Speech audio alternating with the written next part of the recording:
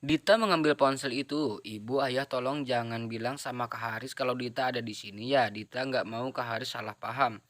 Ana dan Andi mengangguk. Mulai sekarang kamu adalah anak kami. Jangan pikirkan hal-hal yang tidak penting. Seharusnya ibu dulu mencegah dua orang tuamu membawamu pergi. Kenapa ibu malah membiarkan mereka menyeretmu seperti itu? Ana mengusap air mata di sudut matanya. Tiba-tiba saja dia merasakan sangat sedih. Kasihan Andita, anak ini pasti sudah banyak menderita karena tidak mendapatkan kasih sayang dan perhatian dari kedua orang tuanya. Memang benar kata orang, anak itu kadang sengaja menyakiti hati orang tua mereka, tapi orang tua mereka terkadang tidak sadar jika mereka sedang menyakiti anaknya. Kau sudah makan belum? Makan sama ayam pop buatan ibu ya. Ibu ambilkan dulu di dapur. Dita mengangguk dengan antusias, sedangkan Ana, wanita parubaya itu berjalan dengan tergesa. Sudah tidak bisa menahan air matanya lagi.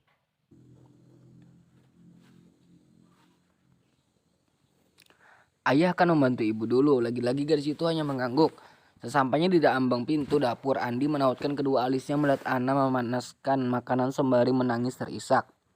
Tidak senang melihat istri kesayangannya bersedih, Andi memeluk Ana dari belakang. Bukannya lebih tenang, tubuh itu malah semakin bergetar. Ada apa sayang? Kenapa malah menangis seperti ini? Bukankah seharusnya kita senang karena mendapat anak gadis lagi? Ana berbalik menatap suaminya sengit, lalu menunduk memeluk Adrian. Ibu merasa sangat kasihan kepada Dita. Ayah, kenapa dua orang tuanya begitu tega? Apa mereka tidak sayang sama Dita? Kenapa mereka membiarkan Dita tumbuh tanpa kasih sayang seperti itu? Andi mengangguk-anggukan kepalanya. Jadi karena ini istri menangis.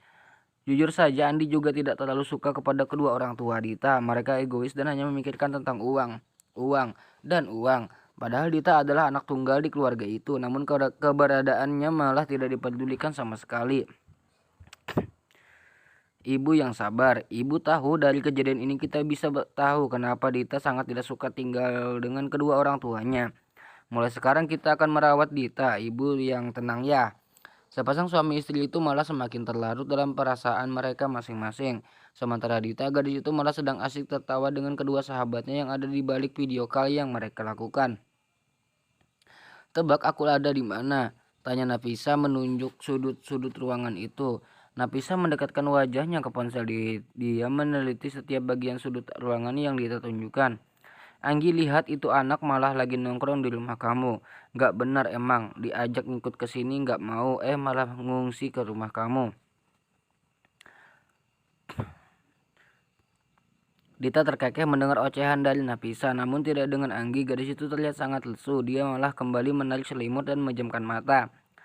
Si Boni kenapa nak? Lagi dapat dia? Tanya Dita penasaran. Hei keong racun, kamu itu nggak ada akhlak emang. Di sana sudah jam 8 pagi, di sini masih jam 3 bego. Mikir dikit kenapa sih? Dita menekuk wajahnya heran karena melihat emosi Anggi dan biasanya dia kesambet nak. Pedas banget mulutnya. Nafisa hanya terkekeh. Dia lagi marah, Dit. Kamu tahu sendiri, dia bilang dia kan menceraikan Rehan karena dia masih nggak rela dimutasi ke sini. Apalagi kita yang tiba-tiba dikasih tahu kalau kita saat itu nggak jadi ke Korea Selatan.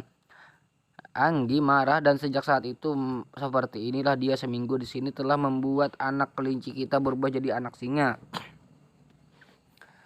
Dita tertawa mendengar penuturan dari Nafisa. Jika dia jadi Anggi, Dita pasti akan sangat kesal dan marah, apalagi saat dia tahu jika sang suami sengaja memutuskan hubungan mereka dengan dia. Hei, induk kecebong, molor Ailo, suami kamu buat aku aja ya, lumayanlah dapat ATM berbelanja. Ya, jangan-jangan berani-berani sentuh Om Rehan. Kalau kau melakukan itu, aku pasti akan membunuh Kak Haris. Satu hal yang Anggi tahu, alasan Dita tidak ikut adalah Haris, jadi sekarang dia tahu kartu as darinya. Bunuh aja sana, emang aku pikirin. Dasar keong racun, Dita, kamu nyebelin. Tut, Rehan, sarapan dulu nak, kamu ini makin kesini makin gak beraturan makanmu itu. Nanti kalau kamu lebih kurus, istri kamu marah sama ibu. Rehan tersenyum tipis menanggapi ocehan sang ibu. Sebenarnya yang Anjani katakan itu benar. Rehan seharusnya bisa menjaga diri dengan baik. Namun kerinduannya kepada sang istri membuat Rehan agak sedikit kurang bersemangat. Setahun setelah Anggi pergi, Rehan seperti kehilangan jiwanya. Dia masih melakukan kegiatannya seperti biasa. Hanya saja hidupnya terasa kosong dan sangat hampa. Rehan sarapan di kantor saja bu, lagi buru-buru. Hari ini ada meeting di kantor jadi nggak akan sempat kalau sarapan dulu. Anjani mendengus kesal mendengar alasan putra tertuanya. Pekerjaan selalu menjadi prioritasnya. Setelah Anggi pergi, Anjani menyesal kenapa waktu itu dia tidak mencegah Anggi pergi. Kalau Anjani melakukan itu, Rehan pasti tidak akan kesulitan seperti ini. Kak, kenapa kakak tidak menghubungi Anggi saja? Kakak sih nyari penyakit sendiri. Udah tahu nggak bisa jauh malah dijauhkan. Ditambah lagi kakak malah putus kontrak sama Anggi. Kasihan Anggi kak. Helaan napas berat terdengar oleh semua orang. Wajah putus asa Rehan sangat kentara. Laki-laki ini belum pernah seperti ini sebelumnya. Mereka menjadi sangat yakin jika Rehan benar-benar mencintai Anggi. Aku tidak melakukannya karena aku ingin Bima. Kalau aku terus berhubungan dengan Anggi, aku malah akan semakin merindukannya. Jika sampai Anggi merengek meminta untuk pulang, aku pasti akan langsung menjemputnya. Lebih baik seperti ini, biarkan Anggi melupakanku untuk sementara waktu. Cih, sok keren. Ntar dilupain beneran baru tahu rasa.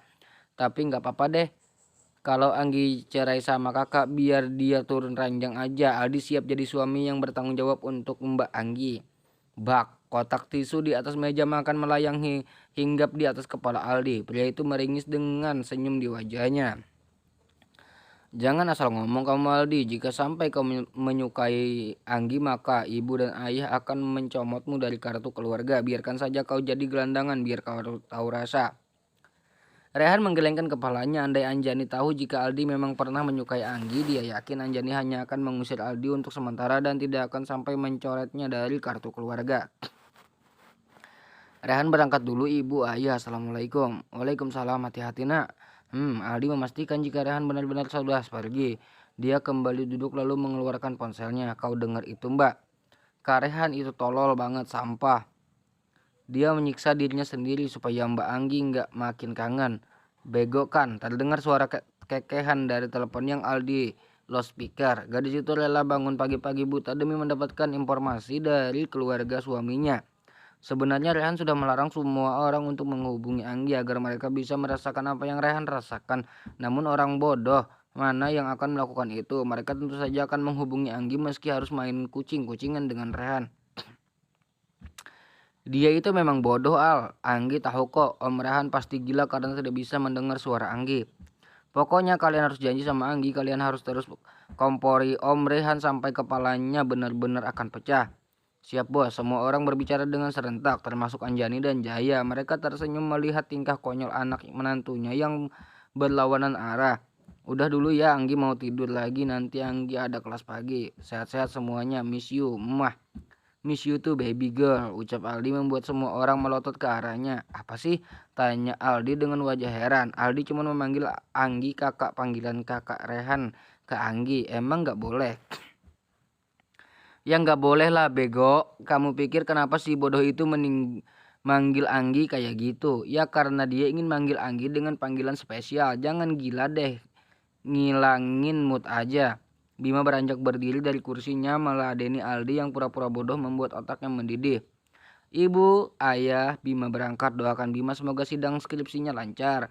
Hati-hati. Kabari ibu kalau sudah selesai ya. Iya bu, kamu nggak ngampus Al? Tanya Jaya. Males ayah.